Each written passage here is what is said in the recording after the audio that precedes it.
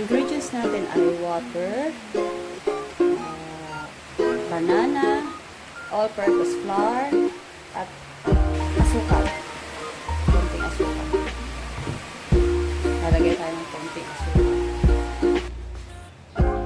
Ito, binalatan natin. Ito na yung mga balat niya. Ngayon, in-slice natin siya.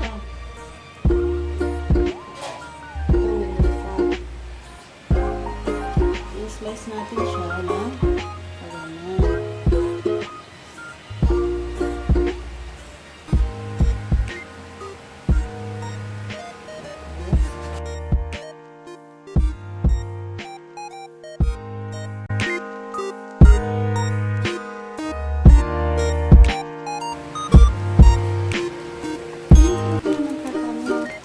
Lagyan natin ng all-purpose flour.